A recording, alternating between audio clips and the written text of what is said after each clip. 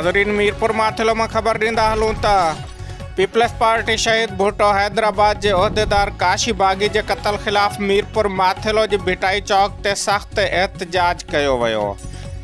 एहतजाजी मुज़ाहिरे की अगवानी निसार बोज़दार बरकत पिताफ़ी सईद बोज़दार मोहम्मद बख्श गडानी ऐं ॿियनि कई।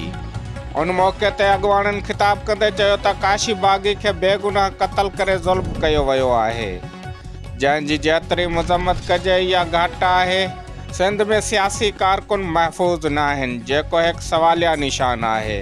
ज़ाहिरीन जी सिंध ऐं आला अख़्तियारनि खां मुतालबो कयो त काशी बागी जे कातिलनि खे तुर्त गिरफ़्तार करे कैफ़र किरदार ताईं पहुचायो वञे।